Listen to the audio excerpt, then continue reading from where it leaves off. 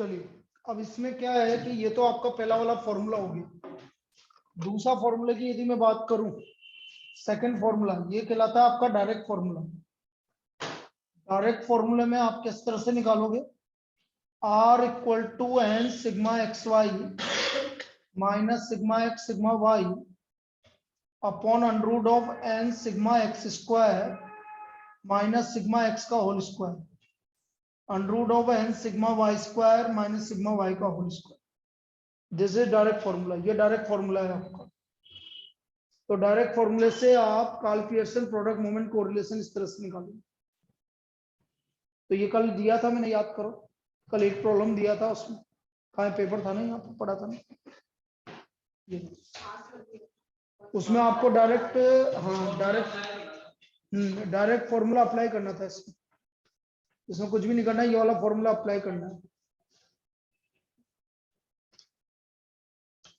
ये रहा question number 71 था। तो उसमें यदि मुझे निकालना है आर, तो देखो एन गिवन है आपको 10, सिग्मा एक्स वाई गिवन है 220, सिग्मा एक्स गिवन है आपको 40, सिग्मा वाई गिवन है आपको 50 upon under root of N sigma X square given है आपको 200 और सिग्मा एक्स है आपका 40 का स्क्वायर और 10 262 माइनस 50 का स्क्वायर। इसको यदि मैं सोल्व करूंगा तो मेरा आंसर कितना आ रहा था, 0.91। तो इसको आंसर सोल्व करने पे 0.91, ये कल दिया था ये वाली प्रॉब्लम।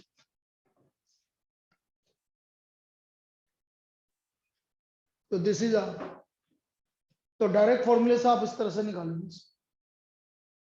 एक और फॉर्मूला बनता है आपका R equal to sigma D X bar D Y bar upon under root of sigma D X bar square और sigma D Y bar square.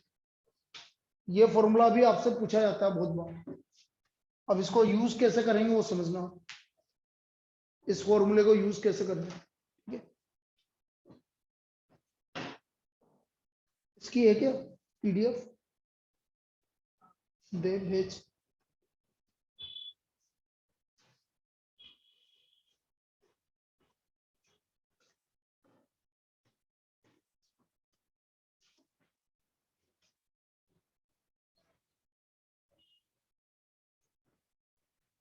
अब इसमें देखो किस तरह की प्रॉब्लम बनेगी वो समझो।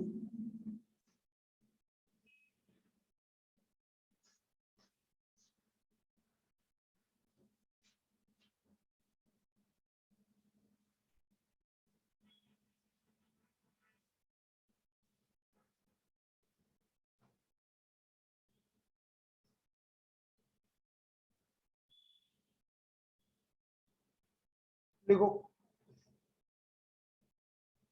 determine the coefficient of correlation between x and y series. Determine the coefficient of correlation between x and y series.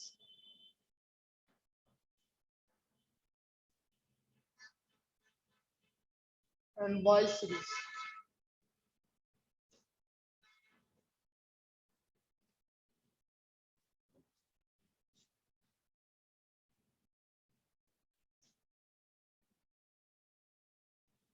आपको एक टेबल गिवन है इस तरह की,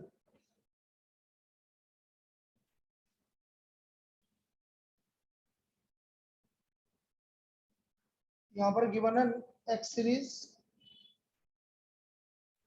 यहाँ गिवन है आपको वाई सीरीज, पहला गिवन है number of items, number of item मतलब एन, दोनों का एन सेम है 1550। पहली चीज गिवन है number of items, second given है आपको अर्थमेटिक मीन, इसका अर्थमेटिक मीन 25 गिवन है और इसका 18 गिवन है। तीसरा गिवन है आपको सम ऑफ स्क्वायर्स और deviation of mean, sum of squares of deviation from mean, from mean. ये हमें गिवन है 136 और 138, 136 138, और लास्ट में आपको एक चीज और गिवन है। तो बेटा इसका क्या मतलब है, sum of square of deviation from mean का, इसका क्या मतलब है, कौन सी वैल्यू है उधर से? Sum of square of deviation from mean का क्या मतलब है जसलीन?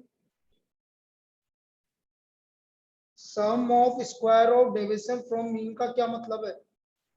सिग्मा,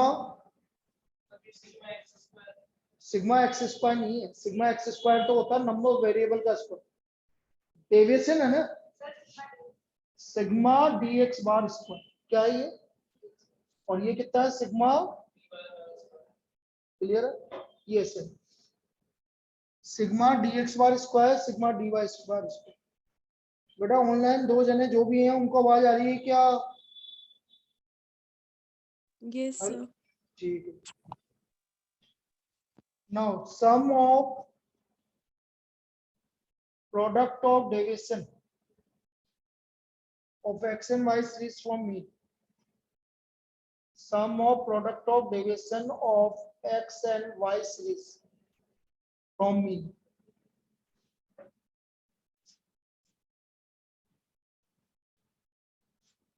from mean, ये गिवन है 120। इसका मतलब ये क्या गिवन है, sigma D X bar D Y बार कितने इसके इक्वल गिवन है 123। अब मुझे देखो, आप कोई सा भी फॉर्मूला यूज कर सकते हो, लेकिन मैं इसमें कौन सा फॉर्मूला यूज करूंगा, देखो इधर आर इक्वल टू, मैंने थर्ड फॉर्मूला बताया था, sigma D X bar D Y bar upon under root of sigma D X bar square और sigma D Y bar square, ये फॉर्मूला मैंने बताया। तो देखो ये तो गिवन है आपको 122, ये गिवन है आपको 136 और ये गिवन है 138, निकालो कितना आ रहा है, ये आपका आर आ जाएगा, this is equal to are.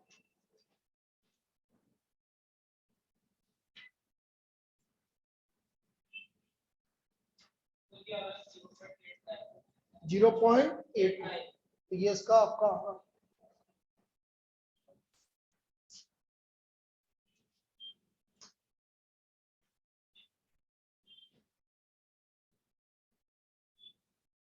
देखो जल्दी,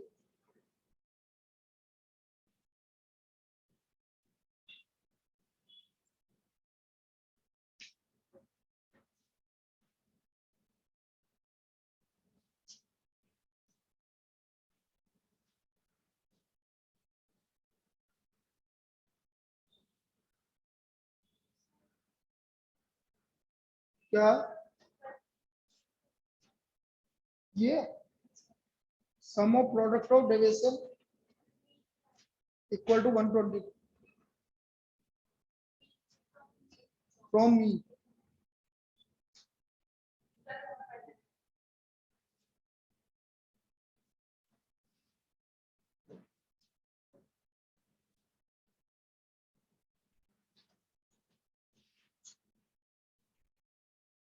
नेक्स्ट प्रॉब्लम जब तक ये लिख लेना, आपको जो भी लिख रहे हैं। तो कभी कभी क्या होता है कि इसी फॉर्मूले को हम ऐसे भी यूज करते हैं, जैसे एक्स और वाई सीरीज गिवन, मैंने बोल दिया 81 92 95 और 100, वाई गिवन है आपको 212 257 263 और 280। अब मुझे इसका मीन ये निकालना है, तो एक काम कर सकते हैं हम भाई, जब अब आपकी वैल्यू ज्यादा आ जाए तो मैं यहाँ पर किसी को भी अज्यूम मीन मान लूं, जैसे मैंने 92 को अज्यूम मीन मान लिया, इससे dx निकालू, क्या निकालूंगा बोलो, 81 माइनस 92 0 3 8, फिर यहाँ dy मान लूंगा, इसमें किसी को मान लो जैसे 257 को मान लो, तो dy माइनस 45 0 6 सर 5 आएगा ना लास्ट में? कौन माइनस करना? 100 माइनस 95। मैंने कब बोला माइनस नहीं है? क्या बोल रहा है तू? वो समझ नहीं क्या बोल रहा है?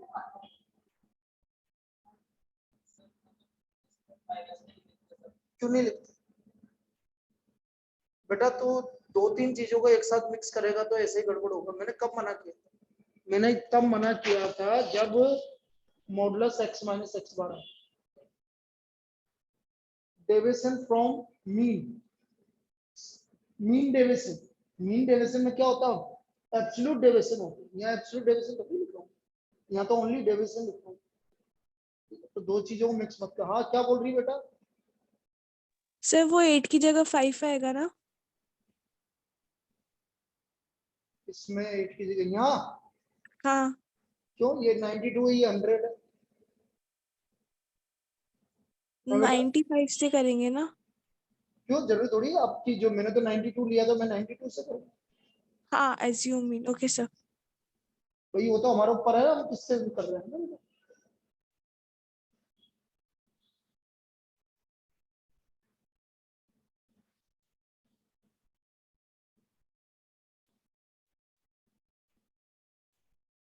अब dx dy -11 इंटू -45 कितना? 495 प्लस 0 18 23 को 8 से मल्टीप्लाई करो 1 फिर dx स्क्वायर बोलो dx स्क्वायर 121 0 9 64 फिर dy स्क्वायर 45 का स्क्वायर 2025। 0 36 529। इतनी वैल्यू निकालने के बाद आप क्या करोगे? इसको ऐड करो 11 0 हो गया ये, इसको ऐड करो -16 हो गया, इनको ऐड करो, इनको ऐड करो, इनको ऐड करो, तीनों को ऐड करके बताओ।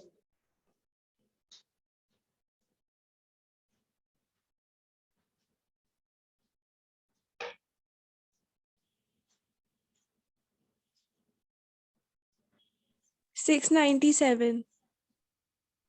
697 इसका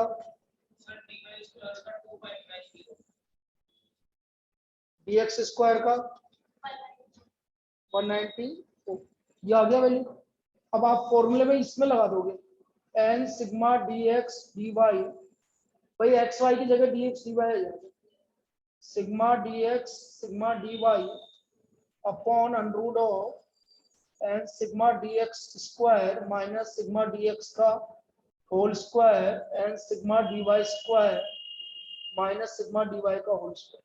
ये फॉर्मूला लगा दिया। अब वैल्यू रख दो भाई, n की वैल्यू 4 है, सिग्मा dx dy है आपका 697, सिग्मा dx 0 है तो ये 0 हो गया, एन सिग्मा dx स्क्वायर तो 4 इंटू 194 और ये 0 हो गया बाकी, N 4 into D Y square 2/90 और माइनस सिग्मा डी वाई है आपका -16 का स्क्वायर। अब 4 इंटू 697, मुझे इसका स्क्वायर रूट निकाल के बताओ पूरा। 4 इंटू 194 करके उसका स्क्वायर रूट निकाल के बताओ। 13.92। फिर इसको सोल्व करो और माइनस करो 4 इंटू 2590 -256 और जो भी आया उसका स्क्वायर रूट निकाल के बताओ। 4 इंटू 2590 -256 100.51। अब इस पूरे को सोल्व करके बताओ कितना। ये आपका आ रहा है।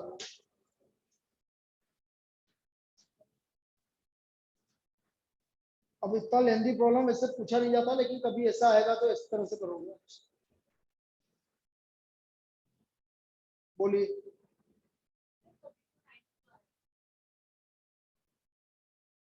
नहीं आ रहा?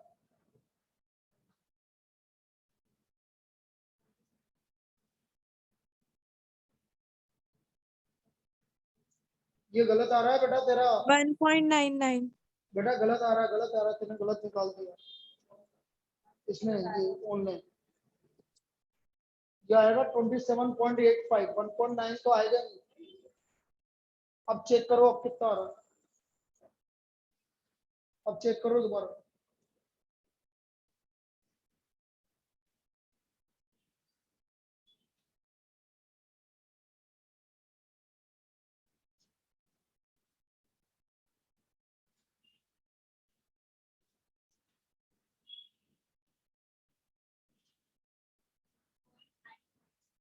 पॉइंट 99 ये इसका आ रहा है भाई, 1 से ज्यादा तो आ ही नहीं सकता, 1 से ज्यादा तो आ ही नहीं सकता, जो भी आ रहा है।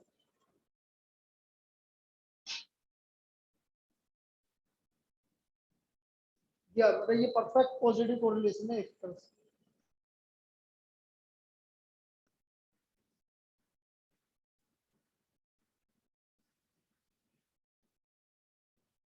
तो ये तो बहुत वर्स्ट केस है कि भाई ऐसी कोई प्रॉब्लम आ जाए तो आप इस तरह से करोगे, डायरेक्ट फॉर्मूले देता जनरल, ज्यादा देता है तो बहुत इजी देता है, फिर वो बड़ी वैल्यू नहीं देता, छोटी छोटी वैल्यू दे देता है और उससे वैल्यू निकालने के लिए बोलता है।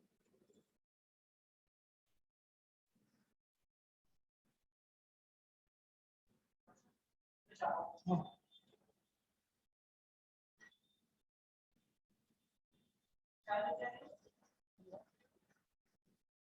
चलो अब लिखो properties of correlation, properties of correlation coefficient.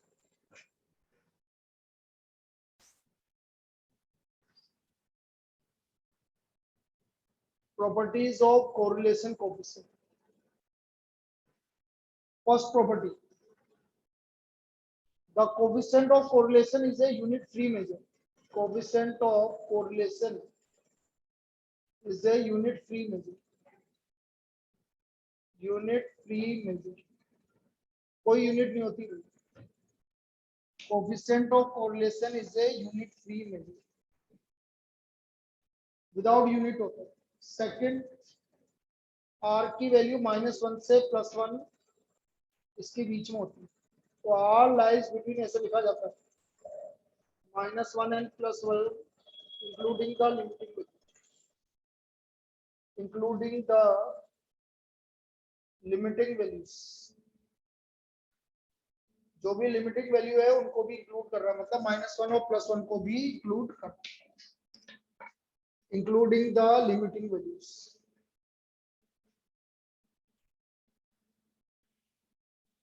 Third important है, ये प्रॉपर्टी इंपॉर्टेंट है, coefficient of correlation does not affect with the change of origin and scale. एक सेकंड,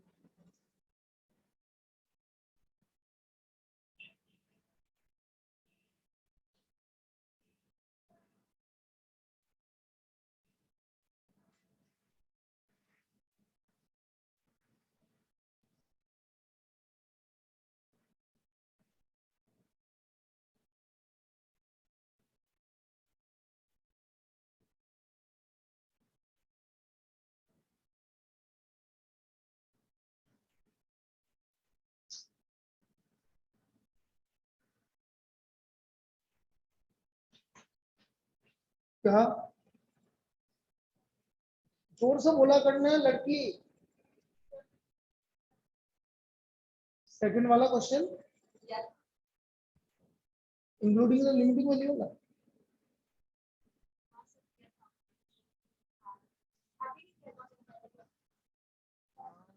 चलता है,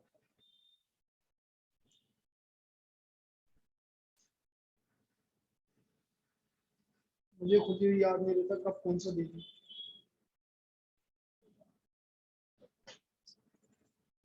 थोड़ी हो गई।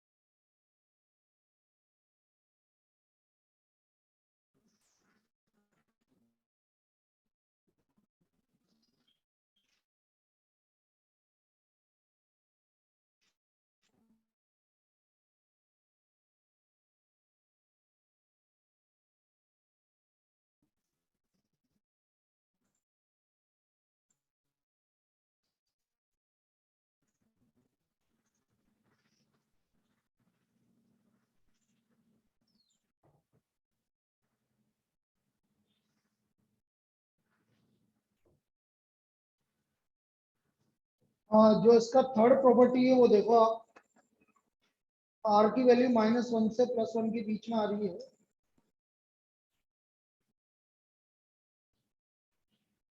अब लिखो coefficient of correlation, coefficient of correlation does not affect, coefficient of correlation does not affect with the change of origin and scale. Coefficient of correlation, अभी सही हो जाएगा, does not affect with the change of origin and scale, but depends on sign of scale factors. जो भी आपका sign आ रहा है scale factor का, बस उसके ऊपर डिपेंड करेगा। ओरिजिन और स्केल पे डिपेंड नहीं करता है, लेकिन साइन ऑफ स्केल फैक्टर पे डिपेंड करेगा, but depends on sign of scale factor. अब इसमें सबसे ज्यादा प्रॉब्लम बनने के चांसेस रहेंगे। कैसे समझना, इस तरह की प्रॉब्लम आती है, आपसे बोलेगा a correlation coefficient between x and y is -0.73, then find the correlation coefficient between 2x - 3 and 3y - 7/5। इन दोनों के बीच का कोरिलेशन कोफिशिएंट निकालना। हमें गिवन है x और y के बीच का कोरिलेशन कोफिशिएंट ये है, तो इन दोनों के बीच का कोरिलेशन कोफिशिएंट क्या होगा? सेम रहेगा। क्या रहेगा? सेम रहेगा। क्यों सेम रहेगा अभी बता रहा हूं। होता क्या है, इसका कोफिशिएंट पॉजिटिव है नेगेटिव है? नेगेटिव। इसका भी कोफिशिएंट पॉजिटिव है, इसका भी कोफिशिएंट पॉजिटिव है, दोनों सेम साइन के हैं। तो यदि दोनों सेम साइन के हैं तो वही का वही होगा जो पहले। सिर्फ y का मल्टीपल, ये देखते हैं, कांस्टेंट नहीं देखते, इसमें प्लस माइनस देखते हैं। प्लस माइनस ही तो देखना है। ये प्लस प्लस प्लस है तो भी यही रहेगा, माइनस माइनस है तो भी यही। और वो प्लस माइनस हो जाएगा तो यदि उल्टा एक पॉजिटिव है एक नेगेटिव है तो यहाँ से चेंज होगा जो भी हो। अब जैसे मैं नेक्स्ट प्रॉब्लम बोलूं, a correlation coefficient between x and y, coefficient between x and y is 0.45. A, find the correlation coefficient between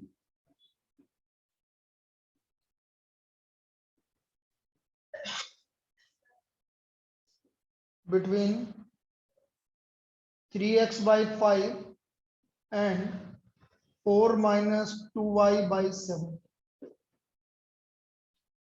अब इसका कोफिशिएंट क्या आ रहा है? पॉजिटिव, इसका कोफिशिएंट नेगेटिव, तो आंसर क्या हो जाएगा? चेंज हो जाएगा, -0.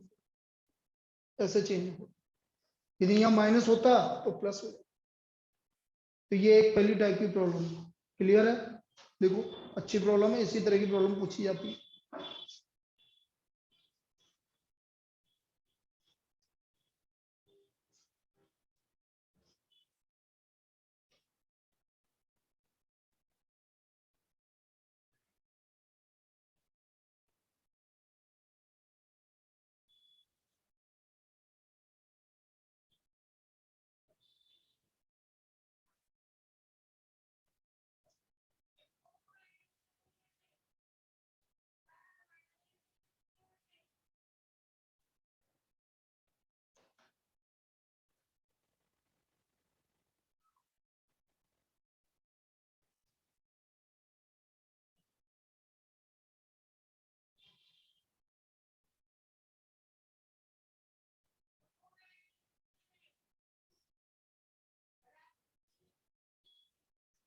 अब होता क्या है कि ये ऐसा क्यों हो रहा है, उसका रीजन है।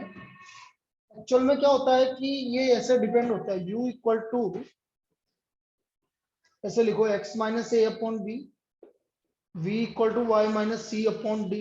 ये स्केल्स हैं, दीज आर स्केल्स। तो हमारा यदि आर एक्स वाई है तो वो होता है B D modulus B modulus D R U. इसलिए ऐसा होता है, यदि ये दोनों सेम साइन के हैं तो ये तो पॉजिटिव रहेगा, सेम साइन के हैं तो पॉजिटिव ही रहेगा, तो इसका मतलब वही का वही आ जाएगा, कैंसिल हो जाएंगे। भाई बी पॉजिटिव है, डी पॉजिटिव है, ये तो हमेशा पॉजिटिव रहेगा मॉडुलस है, तो दोनों आपस में कैंसिल होकर सेम आ जाएंगे। यदि एक पॉजिटिव है ये नेगेटिव है, ये नीचे तो पॉजिटिव ही रहेगा, तो ये नेगेटिव हो गया, तो इसका मतलब नेगेटिव चेंज हो गया। इस तरह से निकाल, लेकिन इसकी जरूरत नहीं होती इसमें, इसमें डायरेक्ट चलता है। जैसे एक और प्रॉब्लम बताता हूं, नहीं आया तेरे को समझ में? भाई आपका जो भी वैल्यू आ रहा है वो इसी की बेस पर आ रहा है, ये फॉर्मूला है आपका इसका। मैं आपसे बोल रहा हूँ बी पॉजिटिव है और डी नेगेटिव है, तो आर एक्स वाई ये पॉजिटिव ये नेगेटिव, ये तो हमेशा पॉजिटिव होंगे मॉडुलस से, इसलिए तो B T B D R U, तो नेगेटिव आर यू भी हुआ कि नहीं हुआ? तो इस पर कहाँ डिपेंड किया बीओडी, सिर्फ साइन के ऊपर डिपेंड करेगा कि साइन क्या है। बीओडी तो हमेशा कैंसिल हो जाएंगे, बस वो डिपेंड कर रहा है कि कौन सा साइन का। अब इसमें यदि आपकी प्रॉब्लम इस तरह की बनती है, वो देखो, if U and X are related as 3u plus 5x equal to 7 and v and y are related as 7v minus 4v y or plus 9 equal to g. A correlation coefficient between x and y, correlation coefficient between x and y is 0.73 या minus 0.73. Then find correlation coefficient between u and v. Correlation coefficient between u and v. तो हमें u और v के बीच का correlation coefficient निकालना। अब देखना 3/5, ये प्लस तो इसका क्या आ गया, आपको ऐसे मान लो 3/5, ये प्लस लेकिन ये नेगेटिव, तो ये दोनों डिफरेंट साइन के आ रहे हैं, तो बेटा आर यू वी कितना होगा सभी बताएंगे, प्लस 0.7।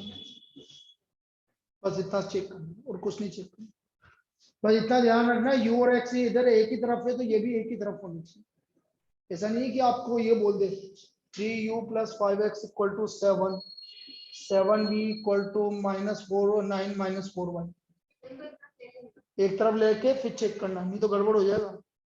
ऐसे लगे सर ये तो पॉजिटिव है ये नेगेटिव है ना, ये इधर जाके वही का वही आएगा सेम सेम। सर ये चीज तो डायरेक्ट वहां पे साइन देख के भी पहचान, बस साइन देख के पहचानना और कुछ नहीं पहचानना, आपको सोल्व करना ही नहीं है इसमें अभी मैं स्केल निकालना बता ही नहीं रहा हूँ, बिल्कुल स्केल देखना ही नहीं है आप भाई। स्केल नहीं तो स्केल ओरिजिनल स्केल निकालूंगा तो ओरिजिनल स्केल वो नहीं है जो मैं बता रहा हूँ, इसका ओरिजिनल स्केल ये है, देखो 3u plus 5x equal to 7, 3u plus 5x equal to 7। तो आप क्या करो, u को इधर ले जाओ बाकी को उधर ले जाओ, सबको 3 से डिवाइड कर दो। अब इसका स्केल b था ना नीचे, इसका b है कितना, उल्टा, ये ओरिजिनल स्केल, ऐसे निकालने बैठोगे तो टाइम लग जाए, इसलिए हम डायरेक्ट देख लेते हैं प्लस प्लस माइनस माइनस इस तरह से, नहीं तो स्केल देखोगे तो फिर गड़बड़ हो जाए। ये स्केल यहाँ पर निकालने की जरूरत ही नहीं है आपको, कभी बोलते हैं कि स्केल क्या होता है तो फिर ऐसे निकालना पड़ता है। इसका स्केल कितना है -3/5, यदि मैं इसका स्केल निकालूं तो कैसे निकालूंगा, देखो v को एक तरफ बाकी को उधर ले गया, 7 से डिवाइड कर दिया, बोलो इसका स्केल कितना हुआ 7/4, इसका स्केल क्या हो गया 7/4। ये ओरिजिनल स्केल। अब इनसे निकालोगे तो वही आएगा उतने के लिए। आ गया। तो ये वाली प्रॉपर्टी थी आपकी। अब इसमें जो लिखना वो लिख लो।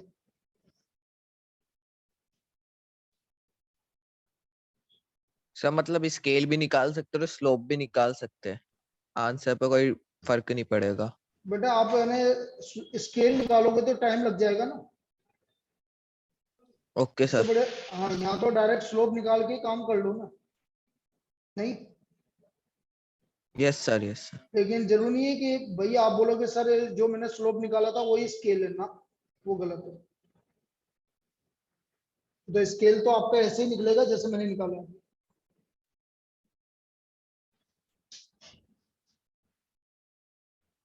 Next property, coefficient of determination. Coefficient of determination.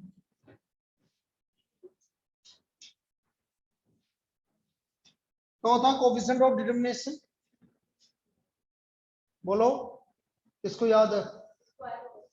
इसका स्क्वायर, आर का square. R square equals to explained variance upon total बस वेरिएंस। अपन को तो डायरेक्ट फॉर्मूला याद रखना है अभी तो।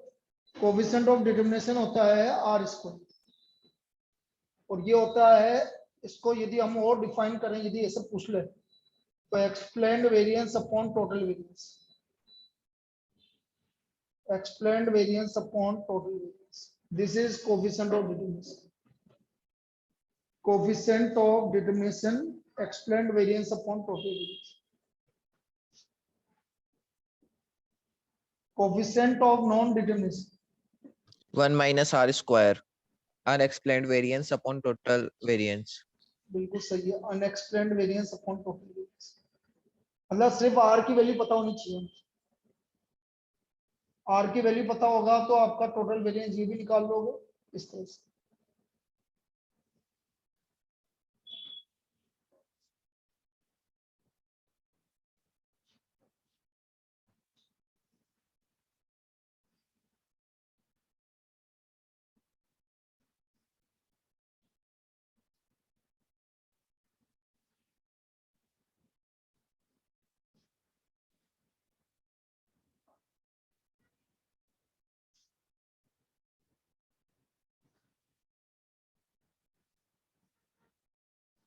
एक होता है प्रोबेबल एरर। प्रोबेबल एरर, इसको पता है फॉर्मूला? ये होता है, इसको 0.675 भी नहीं लिख सकते हो, कोई दिक्कत नहीं। This is probable error. 0.6745 या 0.675, 1 minus R square upon root है। This is probable error. ये डायरेक्ट पूछा जाएगा व्हाट इज प्रोबेबल एरर।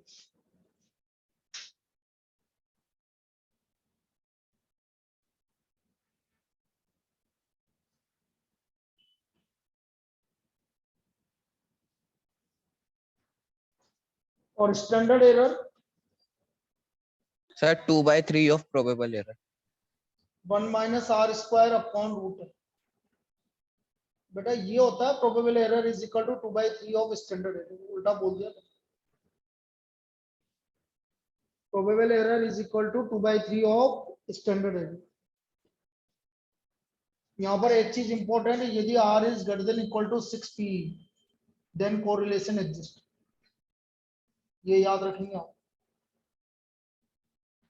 यदि r की वैल्यू 6p से ज्यादा है या बराबर है तो फिर कोरिलेशन एग्जिस्ट करेगा, वरना नहीं करेगा। तो इन पे आपका डायरेक्ट फॉर्मूले पे क्वेश्चंस आएंगे, ये जो भी लिखना है।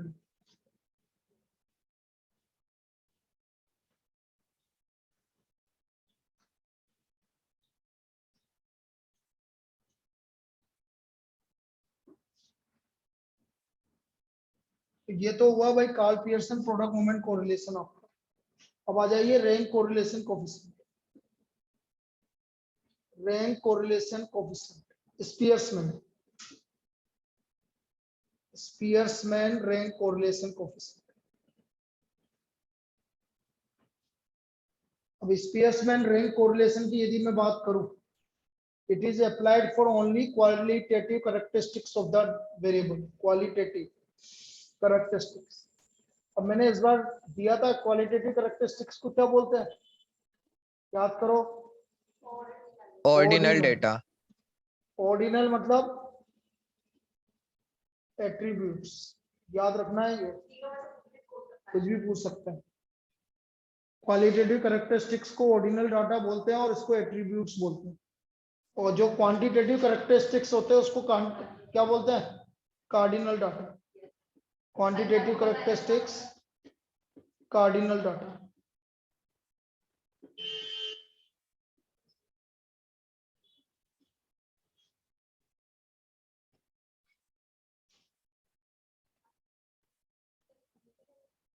स्पेसमैन रैंक कोरिलेशन कोएफिशिएंट किसके लिए यूज होता है, जिसमें केवल क्वालिटेटिव कैरेक्टरिस्टिक्स।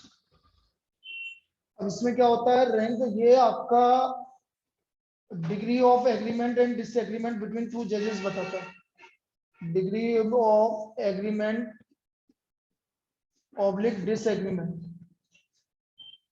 ऑफ टू जजेस।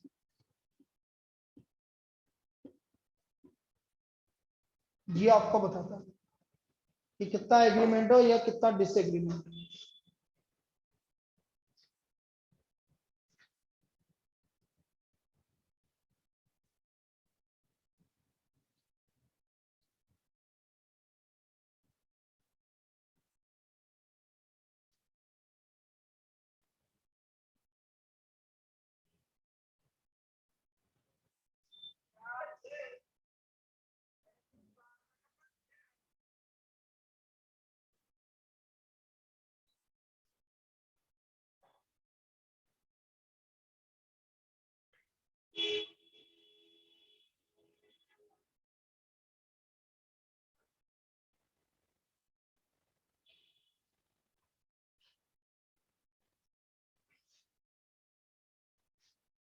ये है भाई degree of agreement and disagreement. Formula क्या है, 1 - 6 sigma D square upon n into n square minus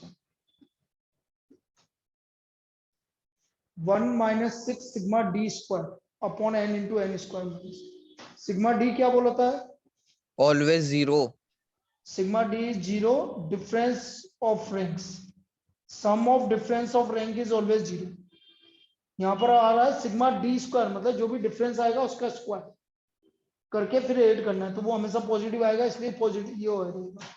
sigma D is equal to zero, sigma D sum of difference of ranks, sum of difference of rank.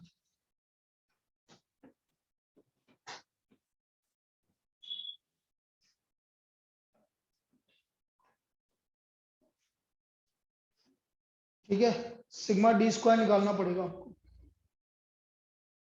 अब यहां पर कैसे निकालते हैं, जैसे दो जज हैं, जज 1 जज 2, इन्होंने अपना कुछ डाटा दिया भाई कि भाई हमने कोई भी दो जन है, कोई भी 5 जनों को उन्होंने क्या करा, कोई सा भी आप ब्यूटी कॉन्टेस्ट मान लो, ऐसे कंपटीशन मान लो, कुछ भी मान लो, ये 5 पार्टिसिपेंट्स, उन्होंने अपनी रैंक दी, क्या दी, रैंक दी। जैसे इसने रैंक दे दी, इसको फर्स्ट को सेकंड, इसको फिफ्थ, इसको थर्ड, इसको फर्स्ट और इसको फोर्थ।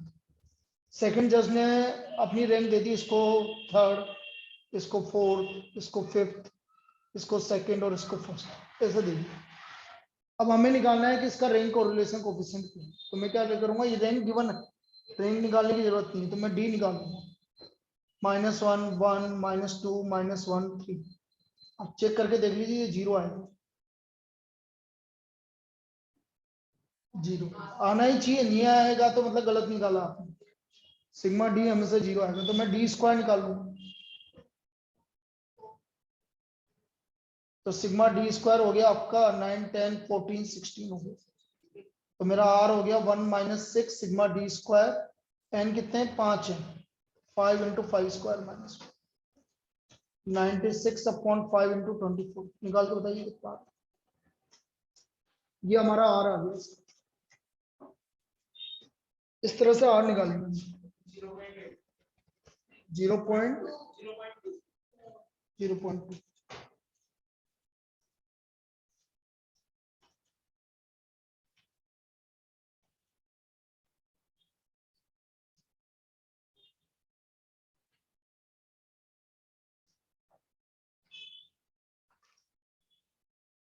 कितना आ रहा है 0.2। ये इसका रैंक कोरिलेशन कोफिशिएंट होगा। This is rank correlation coefficient.